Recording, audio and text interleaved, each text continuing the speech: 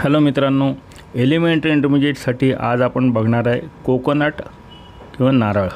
तर या ठिकाणी मी नारळ जे आहे ते कोणत्या पद्धतीने करायचं आहे ते मी इथे सांगणार आहे।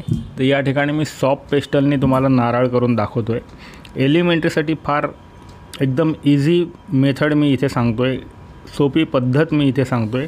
तर मित्रांनो, सगळ्यात पहिले आपण स्केच करून घेऊया। तो स्केच करताना या ठिकाणी बघा मी एक वर्तुळ काढलेलं आहे आणि त्या वर्तुळालाच आपण नारळाचा आकार देऊ। तर चित्र काढताना नेहमी एकदम लाईट काढायचं आहे, हलक्या हाताने काढायचं आहे, म्हणजे आपल्याला रंग करताना तो जो भाग आहे, पेन्सिलचा भाग आहे, तो सहज या ठिकाणी आपल्याला दिसणार नाही आणि रंग पण काळे होणार नाही। तर या ठिकाणी मी नारळाचा आकार दिलेला आहे। तर मित्रांनो, हा नारळाचा आकार झाला। एक्स्ट्रा ज्या लाईन्स आहेत त्या आपण खोडून घेऊ, इरेज करू। तर अशा पद्धतीने इरेज केलेलं आहे। या ठिकाणी बघा मी आर्टिस्ट सॉफ्ट पेस्टल कलर वापरतो आहे। 36 शेड्स त्याच्यामध्ये आहेत। तर या 36 शेड्सने आपण या ठिकाणी कलर करणार आहोत। तर हे बघा किती सुंदर रंग आहेत आणि याच्यातून आपण नारळ तयार करणार आहोत। तर नारळाचा रंग कसा आहे, कोणते कोणते रंग येतात ते आपण सगळ्यात पहिले बघू। तर नारळामध्ये ब्राऊन कलर जास्त दिसतो। तर या ठिकाणी मी मिक्सिंग करायसाठी इयरबड किंवा कापड, तर या दोनपैकी कोणतीही एक वस्तू आपण या ठिकाणी वापरू शकतो। तर आपण नारळाला सुरुवात करू। सगळ्यात पहिले मी लेमन येलो कलर या ठिकाणी देतो आहे। ज्या ठिकाणी उजळ छटा आहेत किंवा हायलाईट आहे त्या ठिकाणी मी लेमन येलो पिवळा रंग या ठिकाणी मी भरतो आहे। तर हा वरच्या बाजूने येईल आणि डाव्या बाजूने मी लाईट घेतलेला असल्यामुळे तो डाव्या बाजूला जास्त प्रमाणात दिसेल। त्याच्यानंतर येलो ऑकर, हा जो रंग आहे येलो ऑकर म्हणजे येलोमधला जो डार्क कलर येतो तो या ठिकाणी मी वापरतो आहे। हा येलो ऑकर या ठिकाणी आपण देऊन घेऊ, सगळीकडे देऊ। लाईट द्यायचं आहे, जास्त प्रेस करायचं नाही आहे आणि एकदम सावकाश शांततेने हा रंग मी या ठिकाणी भरतो आहे। तर मित्रांनो, अशा पद्धतीने आपल्याला हा रंग भरायचा आहे आणि नंतर इयरबड किंवा कापडाने कोणची दोनपैकी एक वस्तू तुम्ही वापरू शकता किंवा कापड पण वापरू शकता किंवा हाताने पण करू शकता। तर या ठिकाणी मी इयरबड जे कानकोरण असतं कापसाचं, त्याने मी हा रंग इथे स्मूथ करतो आहे, पसरवतो आहे, मिक्स करतो आहे।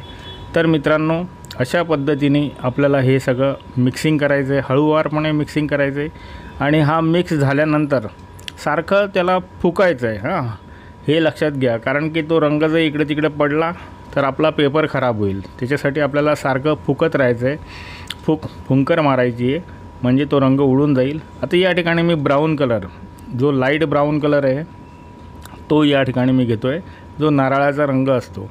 तर या ठिकाणी बघा मी जो डार्क पार्ट आहे, डार्क भाग आहे, जो गडद भाग आहे त्या ठिकाणी मी हे नारळाचा रंग इथे भरून घेतो आहे आणि वरच्या बाजूला मी हलक्या हाताने करतो आहे। हलक्या हाताने आपण इथे रंग करून देणार आहे। उजव्या साईडला मात्र रंग थोडेसे गडद वापरायचे आहेत, तर सारखी फुंकर मारायची आहे आणि त्याच्यावरचा रंग आपल्याला उडवायचं आहे। तर ही गोष्ट लक्षात ठेवायची। सॉफ्ट पेस्टल करताना फार काळजी घ्यावी लागते, नाहीतर पेपर खराब होतो।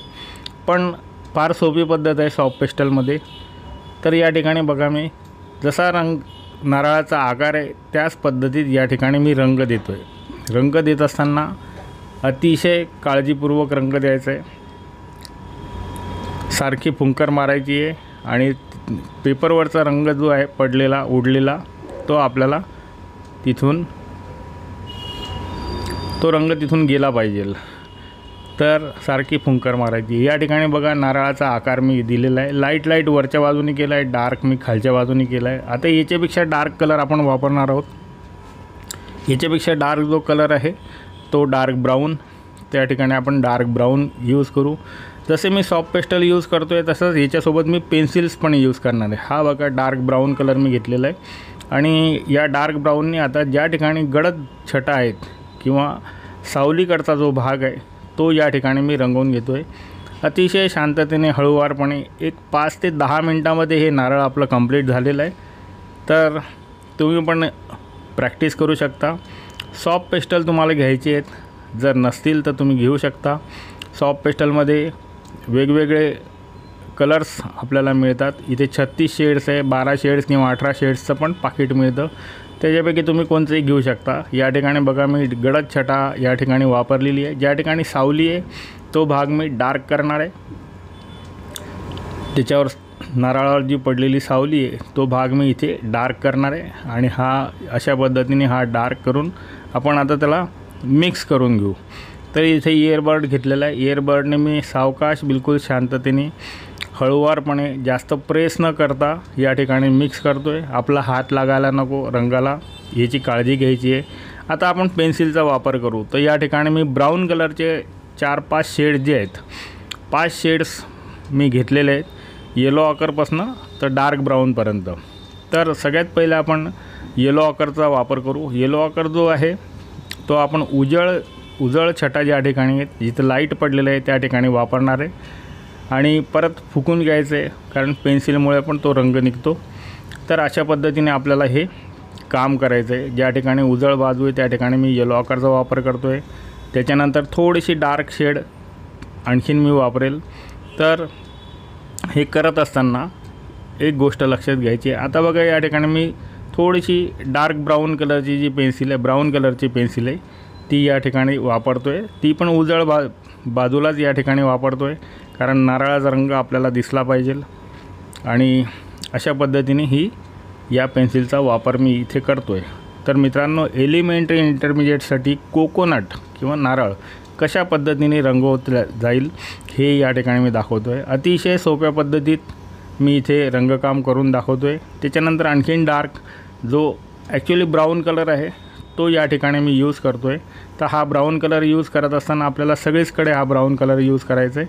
फक्त उजळ छटा ज्या ठिकाणी त्या ठिकाणी मी हा अतिशय कमी प्रमाणात यूज करेल। जिथे डार्क आहे त्या ठिकाणी आपल्याला हा कलर जास्त प्रमाणात यूज करायचा आहे, कारण की नारळावर पडलेली जी सावली आहे, उजेडाकडचा जो भाग आहे तो लाईट ठेवायचा आहे आणि सावलीकडचा जो भाग आहे तो डार्क ठेवायचा आहे। तर अशा पद्धतीने आपल्याला हे नारळ आपण इथे करतो आहे। तर या गोष्टी आपल्याला लक्षात ठेवायच्या आहे। आता त्याच्यापेक्षा डार्क कलर या ठिकाणी मी घेतो आहे, जो डार्क ब्राऊन आहे। तर हा डार्क ब्राऊन फक्त सावलीकडचा भाग आहे त्या ठिकाणी आपल्याला वापरायचा आहे, त्या ठिकाणी जास्त वापरायचं आहे।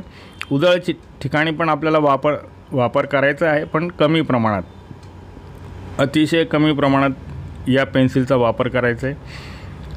तर आपण सॉफ्ट पेस्टल आणि पेन्सिल कलर या दोघंही माध्यमांचा वापर करून या ठिकाणी मी नारळ तुम्हाला रंगवून दाखवतो आहे। त्याच्यापेक्षा डार्क कलर जी पेन्सिल आहे ती पण आपण यूज करणार आहे। त्याआधी नारळाचे जे केस निघालेले असतात, नारळाचा जो केसाळा जो भाग आहे तो या ठिकाणी मी रंगवून घेतला। आता डार्क पेन्सिल मी घेतो आहे। आता डार्क पेन्सिल ही फक्त शॅडोकडे वापरायची आहे, फक्त शॅडोकडे त्याचा यूज करायचा आहे आणि अशा पद्धतीने आपण ते नारळ इथे कंप्लीट करतो आहे। तर त्याचे ज्या शेंड्या आहे किंवा त्याचा जो केसाळ भाग आहे तो पण आपण या ठिकाणी दाखवतो आहे। तर मित्रांनो, अतिशय सोप्या पद्धतीत इथे मी नारळ तुम्हाला रंगवून दाखवलेला आहे। तर अशाच पद्धतीचे व्हिडिओ बघण्यासाठी तुम्ही माझ्या चॅनलला लाईक करा, सबस्क्राईब करा आणि बेल आयकॉनची घंटी जरूर वाजवा। तर मित्रांनो, या ठिकाणी मी शॅडो जे काढतो आहे त्याच्यासाठी मी स्काय ब्ल्यू कलर हा सॉफ्ट पेस्टलचा घेतलेला आहे आणि हा इथे आपण त्याला मिक्स करणार आहोत आणि परत इयरबडने आपण त्याला फ्रेड करणार आहोत। तर या ठिकाणी परत मी डार्क ब्ल्यू कलर घेतलेला आहे, तो नारळाच्या अगदी जवळ वापरायचा आहे आणि आता आपण इयरबडने त्याला मिक्स करून घेऊ, म्हणजे तो आपल्याला छटा जी आहे त्या वेगवेगळ्या छटा, म्हणजे नारळाजवळ डार्क पार्ट दिसेल सावलीचा आणि लांब जो गेलेला आहे तो उजळ पार्ट दिसेल। याच्यावर आपण परत पेन्सिल वापरणार आहे। परत 2 पेन्सिल इथे मी स्काय ब्ल्यू कलरची पेन्सिल यूज करतो आहे, आकाशी रंगाची, आणि डार्कसाठी मी डार्क ब्ल्यू पेन्सिल यूज करणार आहे, जी अतिशय नारळाच्या जवळ आपल्याला वापरायची आहे। तर या ठिकाणी डार्क ब्ल्यू पेन्सिल या ठिकाणी मी यूज करतो आहे। तर मित्रांनो, व्हिडिओ कसा वाटला आहे कमेंट्स करून नक्की सांगू शकता, लाईक करू शकता, सबस्क्राईब आणि बेल आयकॉनची घंटी जरूर वाजवायची।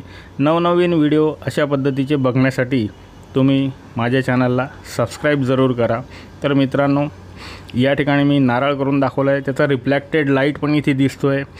तर अशा सगळ्या गोष्टी तुम्हाला खूप ऑब्झर्वेशन करावं लागेल आणि प्रॅक्टिस करावं लागेल. तर मित्रांनो, या ठिकाणी नारळ मी कंप्लीट करून दाखवलेला आहे.